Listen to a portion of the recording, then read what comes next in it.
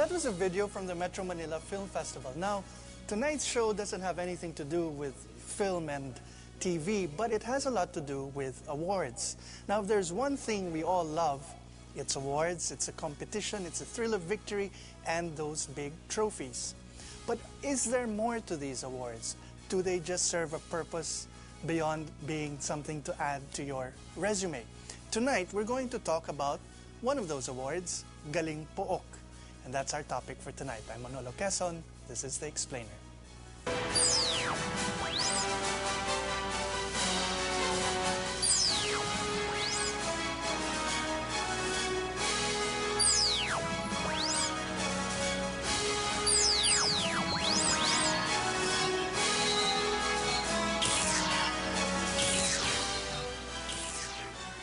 This is Explainer, where we explain why issues are issues. Now, tonight, we're all looking at the start, basically, of the 2010 presidential campaign.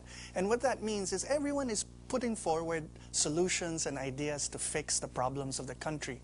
What about the solutions and the problems that have already been fixed and are not being proposed by national candidates?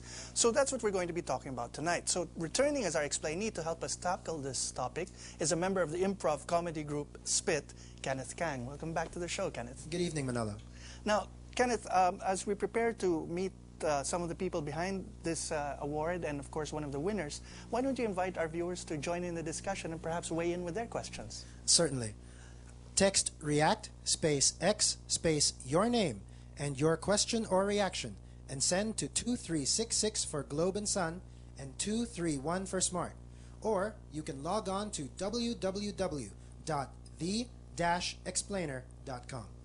And of course, we're also joined in the studio by students from the University of Perpetual Help, Las Piñas campus. Welcome to the show to all of you. They're from different courses, so hopefully they'll be bringing in different points of view into the discussion. So our discussion on the Galing Pook Awards after this.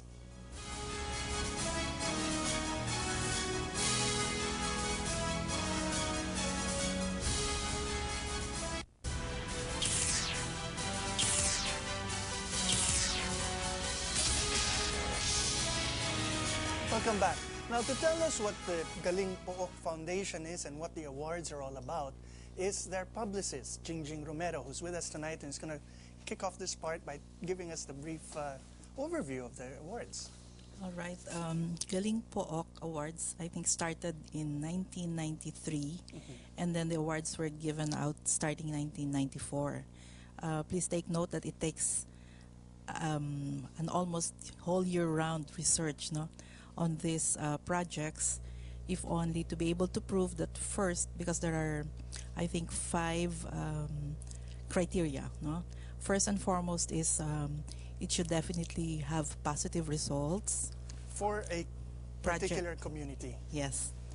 And then, by the way, the project can be at the barangay level, at the municipal level, or province-wide. Okay. So the first criteria is that it should be able to have positive results. Second is equally important, the issue of empowerment. Okay, to get the citizens to help solve their own problems. To act and act positively. And then the third is replicability and sustainability of the project, which means even if the present leadership started it, it should have a life of its own. Now, when you're talking about it was started and who came together to come up with this idea of focusing on the local governments, and who does the judging, and who are the moving forces behind this? Actually, there are a lot of good people behind the scene. First, initially, these were a group of businessmen and leaders, political leaders. And then it evolved into a full-time foundation. I understand it started with the Asian Institute of Management, spearheading this project, and then it got volunteers, and right now it's been institutionalized in the sense that it's a full-time job for the foundation. So there's a permanent secretariat, basically. That's correct. That runs the awards. And just to show you that these people are really committed to the job, job in the sense that they're not really high-paying jobs. No? In fact, there's a lot of volunteerism involved.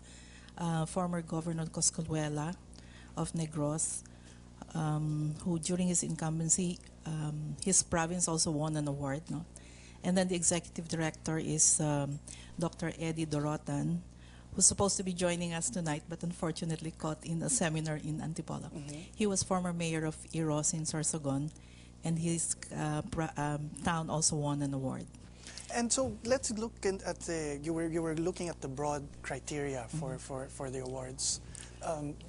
Let's look at the process. So how are people nominated and how are they? Actually, the nomination is just anybody can submit nominations, and then they have to fulfill certain requirements. So there's a group that goes around the country making sure that the criteria are met. I think the other guest, Among Ed, can tell you more about how they went through the ringer, so to speak. I just mentioned 3. There are 2 more. So we talked about positive results, empowerment, replicability and sustainability. The 4th is the efficiency of the delivery of the service. Okay.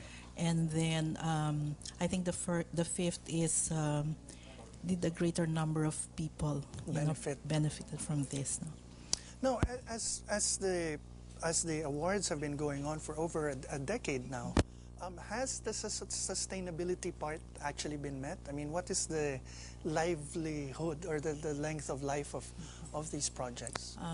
Okay, I think I will not have the updated answer now, no? But I will tell you that projects like those that won last year, for example, in Isabela, the project was termed, what do you call this? It's a Mongo production project. What happened was the soil was starting to be infertile, no? So they had to find out for a particular crop that will not only the fertility of the land and then increase their income, no? It's called Black Gold Project. And I think up to now they're still producing that, and then they call it Black Gold. And is the work of the foundation also to help propagate sort of the blueprint? Yes. They encourage, if I were to describe it, it's really a sharing of this information and the expertise, no? What's nice about this is it's a classic case for me of reinventing government, no? Right from the barangay level. So basically the whole idea is that you're not supposed to just wait for a solution to drop from the stairs, but if someone is fixing a problem at home, to Yes, and even in the community, there is a sense of teamwork and then a sense of community, no, when they do these projects. Ms. Romero Manolo, yes, we have a question from Chit through text asking, what besides prestige do the winners get? Among Ed will bear me out on this. There's a monetary reward, but it's really a token reward, no? Okay, so there's a cash prize and the prestige. So that's now, what we have here is just a quick overview of winners. So perhaps you just inform our viewers of the ones who have won. Okay, so if we look at this one, is it going to appear on our screen? Okay, no, it's not appearing on our screen. Here we go. So the first one is the Joint Education, Reading and Recovery for the Youth by the City of Iloilo.